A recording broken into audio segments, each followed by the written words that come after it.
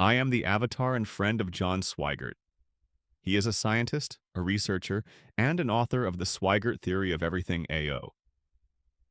Today, I want to walk you through one of the greatest misunderstood ecological events in American history, the sudden collapse of the American chestnut, and show you how the Stowe framework exposes the hidden stages that caused one of the largest arboreal extinctions on this continent.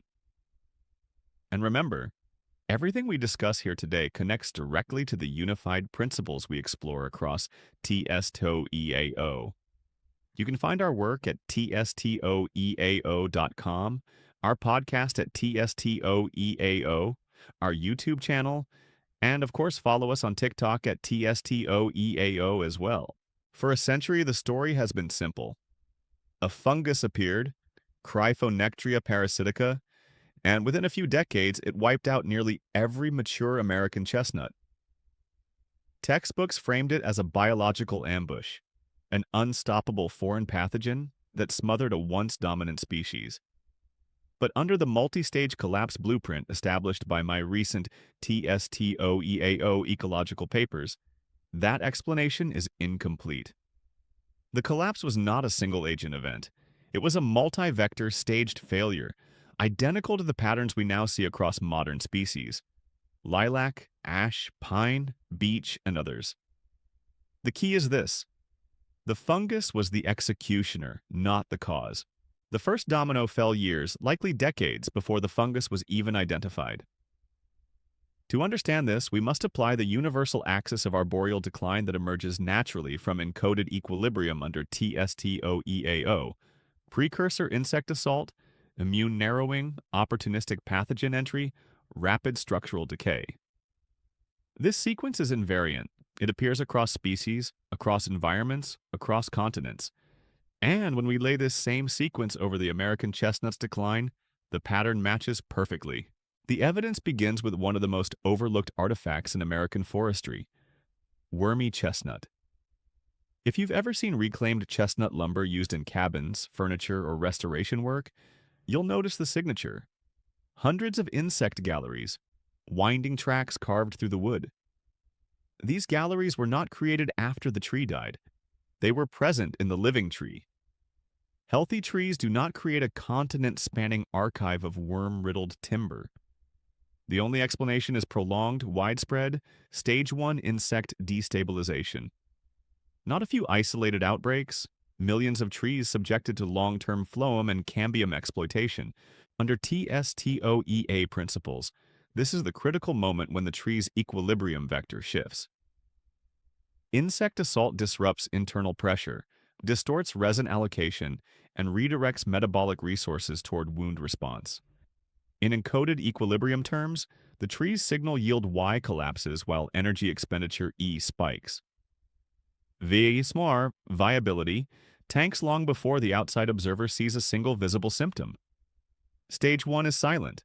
Stage 1 is invisible. Stage 1 is lethal. By the time blight entered the system, the American chestnut was already immunologically kneecapped. And this is exactly what we see across the modern examples I've documented in my TSTOEAO botanical papers. In ash, emerald ash borer larvae carve galleries beneath the bark. The tree looks outwardly fine until the immune narrowing phase begins.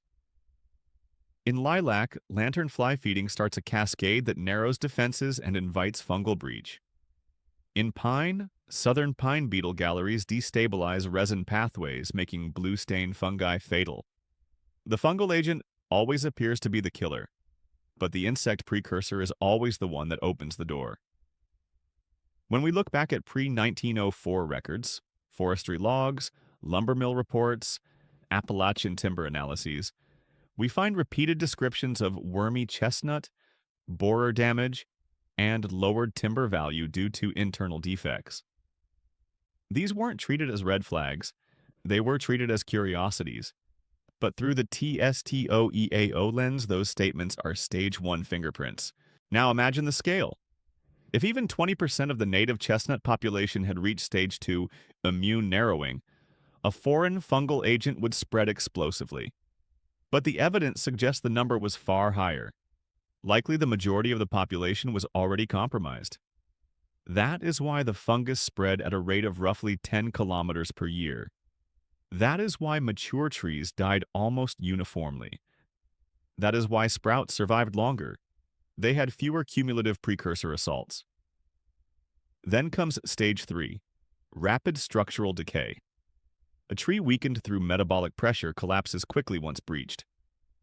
The chestnuts did exactly what lilacs, ashes, and pines now do under the same cascade. They fell apart fast, rotting in place. When we step away from the myth of a singular cause and apply the multi-stage encoded equilibrium sequence, the chestnut's fall stops being mysterious. It becomes predictable, it becomes diagnosable, and most importantly, it becomes preventable. This leads us to the present. Chestnut restoration efforts.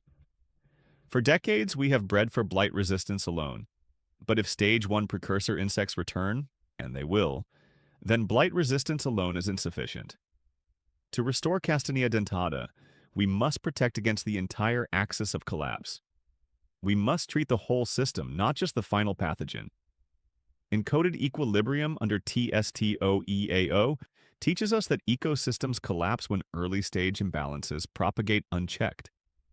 If we intervene early, we break the sequence. If we intervene late, the collapse is inevitable. This principle has guided every one of our ecological analyses under TSTOEAO, and it must guide chestnut restoration as well. And remember, if you want to follow this work more deeply, we have a podcast at TSTOEAO, we have a website at tstoeao.com,